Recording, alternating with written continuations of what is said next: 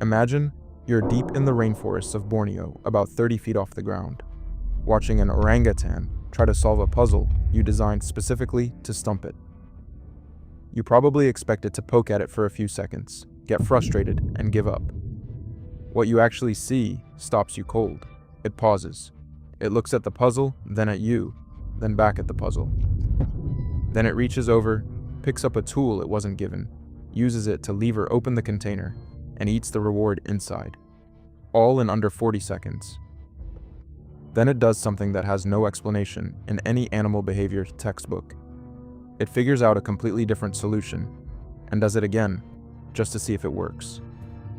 And yes, this actually happened, multiple times, in multiple labs, and nobody really knows what to make of it yet. This is orangutan cognition, a field of animal intelligence research that most people are totally unaware of because the animals doing the surprising things live in isolated rainforest canopies, rarely come to the ground, and don't perform tricks for crowds. And you'd think that because they're solitary, slow-moving, and spend most of their lives quietly eating fruit in a tree, they'd score somewhere near the bottom of the great ape intelligence rankings. Chimps get all the headlines. Gorillas have Coco. Even bonobos have their fan clubs. Orangutans, though, most people write them off. But the complete opposite turns out to be true. In certain categories of intelligence, planning, causal reasoning, and what scientists call physical cognition, orangutans don't just match chimpanzees, they beat them. So why is an animal that lives essentially alone in a tree, on with almost no social pressure, this cognitively sophisticated? And what does that tell us about how intelligence actually evolves? To understand orangutan intelligence, let's take a look at the most blatant example of it, their relationship with tools. And I know what you're thinking, because most people assume tool use in animals is basically just chimps poking sticks into termite mounds. A learned trick passed down in a social group. Orangutans don't really do that, right? Except they do. And they figured it out by themselves.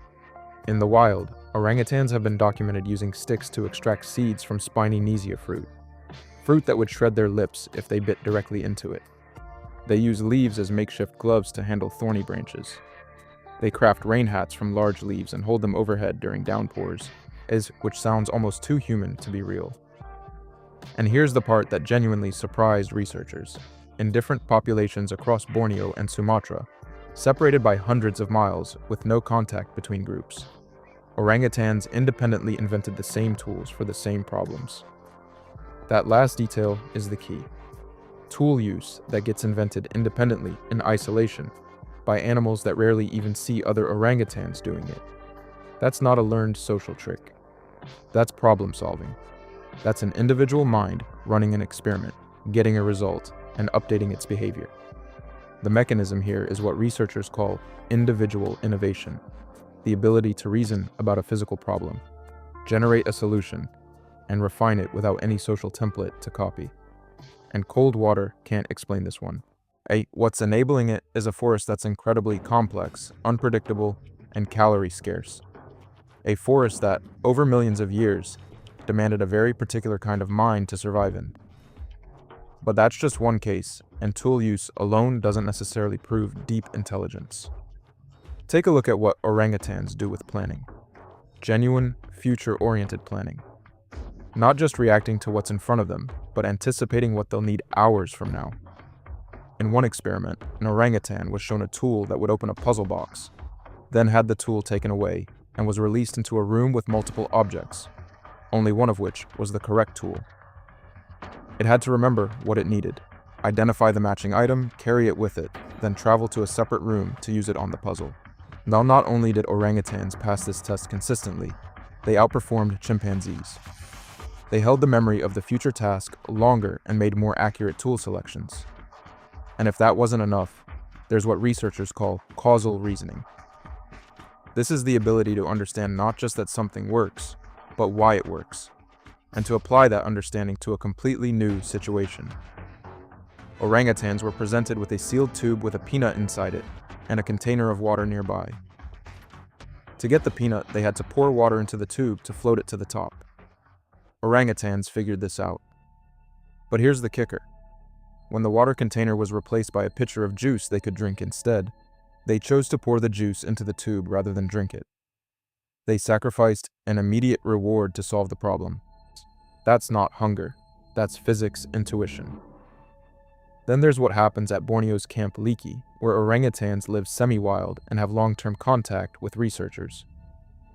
One orangutan named Princess was observed watching a researcher wash clothes in a river with soap.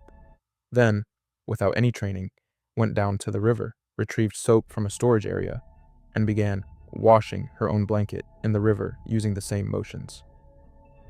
She'd done this 0 times before, and no one asked her to. She saw it once, understood the logic, and replicated it.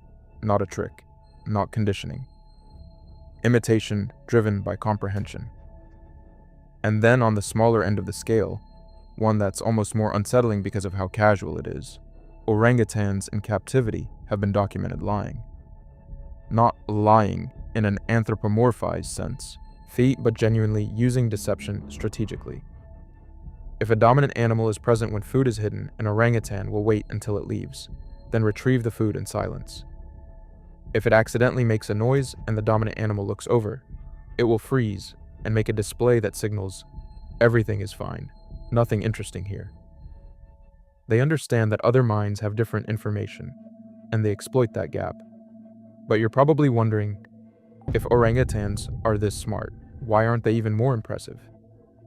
Chimps have complex social politics, alpha hierarchies, war parties, alliances, long-term coalitions.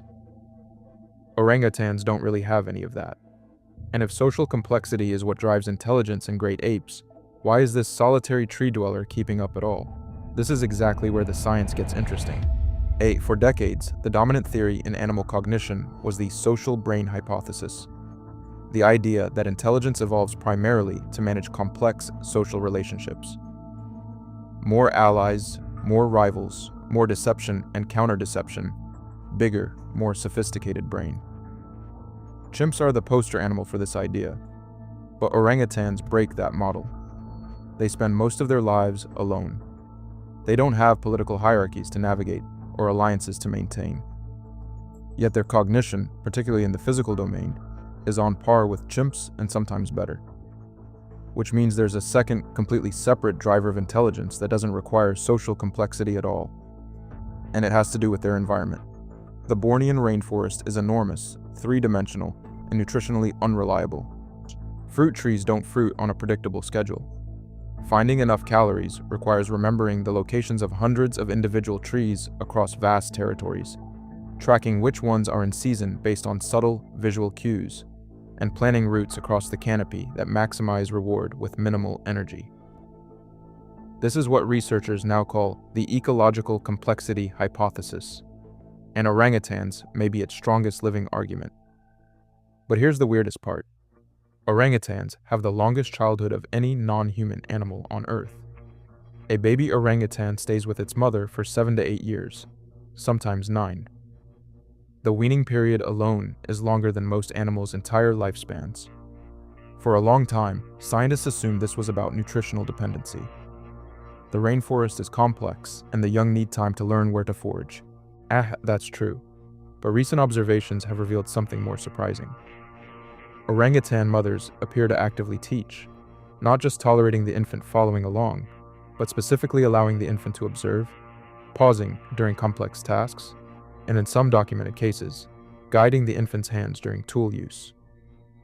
This is what's called active pedagogy, deliberate, structured knowledge transfer, and it's considered one of the hallmarks of human education.